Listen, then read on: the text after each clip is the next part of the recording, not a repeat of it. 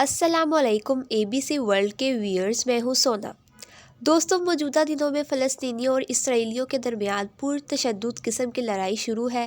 یاد رہے کہ یہ لڑائی کوئی نئی نہیں ہے، بلکہ مشرق وسطیٰ کی اس طویل اور خونی تنازع کو دہائیاں گزر چکی ہے، اور مستقبل قریب میں بھی اس کا کوئی مستقل حل ہوتا دکھائی نہیں دے رہا۔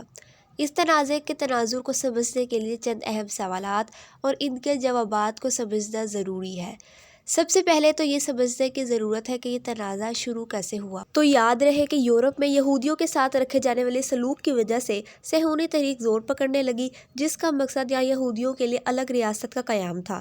اس وقت فلسطین کا علاقہ سلطنت عثمانیہ کے کنٹرول میں تھا، تاہم پہلی جنگ عظیم کے بعد یہ خطہ برطانیہ کے زیر تسلط آیا، جہاں یہودی بڑی تعداد میں منتقل ہونے لگے، اور یوں مقامی عرب آباد کے ساتھ تناؤ کا آغاز ہوا۔ برطانیہ اور فرانس نے مشرق وسطیٰ کو تقسیم کیا اور مختلف ریاستیں قیام میں آئیں، تاہم فلسطین برطانیہ کے زیر تسلط ہی رہا، جہاں عرب قوم پرستوں اور صہیونی تنظیموں کے درمیان اختلافات بڑھنے لگے۔ صہیونی تنظیموں نے عسکری گروہ قائم کر لیے، جنہوں نے دوسری جنگ عظیم کے بعد الگ ریاست کے لیے دباؤ ڈالنا شروع کر دیا۔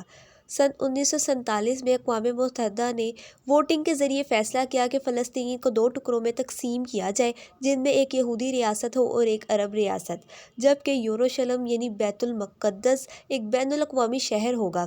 تاہم 14 مئی 1948 کو اسرائیل کا قیام ہوا تو اگلے ہی دن اردن، مصر، شام اور عراق نے حملہ کر دیا۔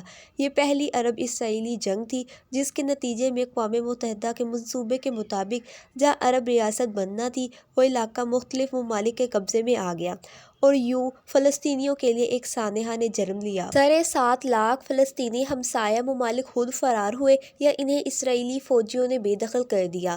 پھر 1967 کی عرب اسرائیل جنگ نے اس تنازع کو مزید پیچیدہ بنا دیا، جب اسرائیل نے عرب اتحاد کو شکست دے کر مصر سے غزہ کی پٹی، شام سے گولان اور اردن سے مشرقی یروشلم سمیت ویسٹ بینک یعنی غرب اردن کو چھین لیا۔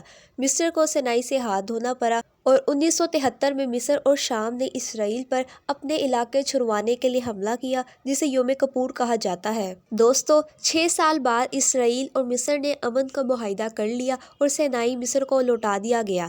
یوں اردن نے بھی کچھ عرصے بعد اسرائیل کو تسلیم کرتے ہوئے مصر کی تقلید کی، البتہ تنازعات حل نہ ہو سکے۔ دوستو، اب یہ بھی سمجھنے کی ضرورت ہے کہ فلسطین کے دو علاقے کون سے ہیں۔ تو یاد رہے کہ اسرائیل آج بھی غرب اردن پر قابض ہے، تاہم اس نے 2005 میں غزہ کی پٹی سے فوجیں نکالنی تھی۔ اقوام متحدہ آج بھی اس علاقے کو مقبوضہ مانتا ہے۔ اسرائیل پورے بیت المقدس کو اپنا دارالخلافہ مانتا ہے، جبکہ فلسطینی مشرقی بیت المقدس کو مستقبل کی فلسطینی ریاست کا دارالحکومت مانتے ہیں۔ اس وقت دو فلسطینی علاقے ہیں، جس میں سے ایک غرب اردن اور ایک غزہ کی پٹی ہے۔ ان دونوں علاقوں کے درمیان 45 کلومیٹر کا فاصلہ ہے۔ غرب اردن کا رقبہ 5977 اسکوائر کلومیٹر، جبکہ غزہ کی پٹی صرف 365 اسکوائر کلومیٹر پر محیط ہے۔ غرب اردن یروشلم اور اردن کے درمیان موجود ہے، جبکہ غزہ کی پٹی 41 کلومیٹر طویل اور 10 کلومیٹر چوڑی ہے۔ غزہ کی پٹی کی سرحد کا 7 کلومیٹر حصہ مصر سے ملتا ہے اور ایک جانب بحیرہ روم واقع ہے۔ غزہ میں فلسطینی عسکریت پسند گروہ حماس برسر اقتدار ہے، جس نے اسرائیل سے کئی مرتبہ جنگ کی ہے۔ اس لیے اسرائیل اور مصر سختی سے غزہ کی سرحدوں کی نگرانی کرتے ہیں تاکہ حماس تک ہتھیار نہ پہنچے۔ دوسری جانب غرب اردن میں بین الاقوامی طور پر مانے جانے والی فلسطینی حکومت ہے، جس میں فتح تنظیم کا اہم کردار ہے۔ تاہم غرب اردن کہلانے والے اس چھوٹے سے علاقے میں 86% فلسطینی ہیں، جبکہ 14% لوگ اسرائیلی آباد کار ہیں، جو ایسی بستیوں میں رہتے ہیں جو ایک دوسرے سے عموماً فاصلے پر موجود ہوتی ہیں۔ زیادہ تر اسرائیلی بستیاں 70، 80 اور 90 کی دہائی میں تعمیر ہوئی تھیں، مگر گزشتہ 20 برسوں میں ان کی آبادیوں میں 2 گنا اضافہ ہوا۔ اسرائیل ان بستیوں کو پانی اور بجلی جیسی سہولیات فراہم کرتا ہے، اور ان کی حفاظت اسرائیل کی فوج کرتی ہے۔ دوستو، ایک اور اہم سوال جس کا تذکرہ ضروری ہے وہ یہ ہے کہ حماس کیا ہے۔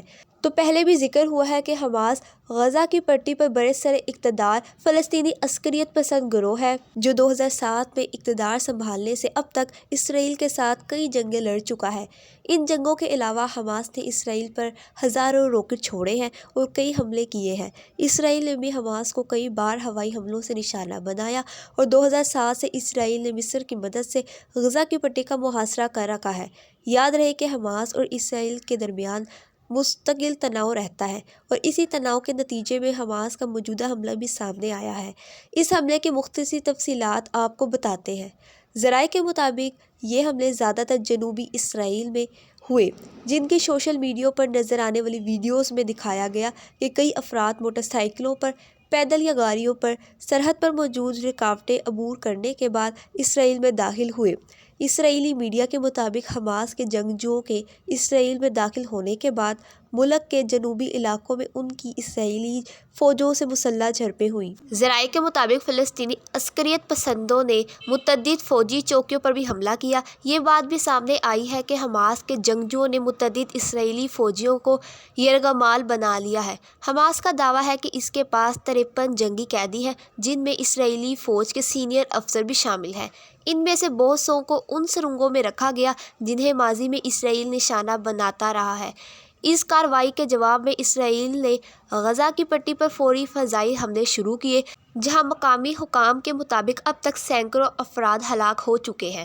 فوجی حکام کا کہنا ہے کہ ان حملوں میں حماس کے 17 عسکری کمپاؤنڈ کو نشانہ بنایا گیا۔ ذرائع کے مطابق اسرائیلی ہتھیاروں نے غزہ شہر کے مرکز میں واقع ایک 11 منزلہ عمارت کو بھی بمباری کر کے تباہ کر دیا ہے۔ اس عمارت میں حماس کے ریڈیو اسٹیشن قائم تھے۔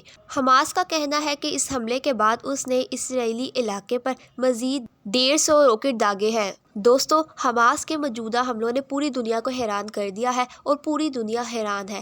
لیکن دوستو، اصل حیرانگی کی بات تو یہ ہے کہ مغربی دنیا، جس کو آج تک اسرائیل کے مظالم نظر نہیں آ رہے تھے اور یہ لوگ اسرائیل کے مظالم پر پردہ ڈال رہے تھے، آج یہی لوگ چیخ رہے ہیں اور ظالم اسرائیل کو مظلوم بنا کر پیش کر رہے ہیں۔ آج یہ لوگ غزہ کے حملہ آوروں کو دہشت گرد بتا رہے ہیں، لیکن کوئی ان سے سوال کرنے والا نہیں کہ اگر یہ دہشت گردی اور ظلم ہے تو جو کچھ کئی دہائیوں سے اسرائیل کرتا آ رہا ہے وہ سب کیا تھا؟ اسرائیل نے شام کو تباہ کیا، اسرائیل نے لبنان کو تباہ کیا، اس نے عراق میں تباہی مچائی، وہ سب کیا تھا؟ وہ ظلم نہیں تھا کیا؟ لیکن دوستو، یاد رہے کہ یہ کھلی منافقت ہے جو کسی سے پوشیدہ نہیں ہے، لیکن اس منافقت کے خلاف کوئی آواز اٹھانے والا نہیں ہے۔ دوستو، غزہ اور اسرائیل کی موجودہ صورتحال کے بارے میں آپ کیا کہیں گے؟ آپ نے کمنٹ سیکشن میں اپنی رائے سے ضرور آگاہ کرنا ہے۔ دوستو، میں دل سے فلسطینی بہن بھائیوں کے ساتھ تھی، ہوں اور ہمیشہ رہوں گی اور ان کے آزادی کے لیے دعا گو ہوں۔ اگر آپ کو میری ویڈیو اچھی لگے تو میری ویڈیو کو لائک، چینل کو سبسکرائب اور بیل آئیکن کو پریس کر دیں اور اپنی رائے کا اظہار ضرور کیجیے۔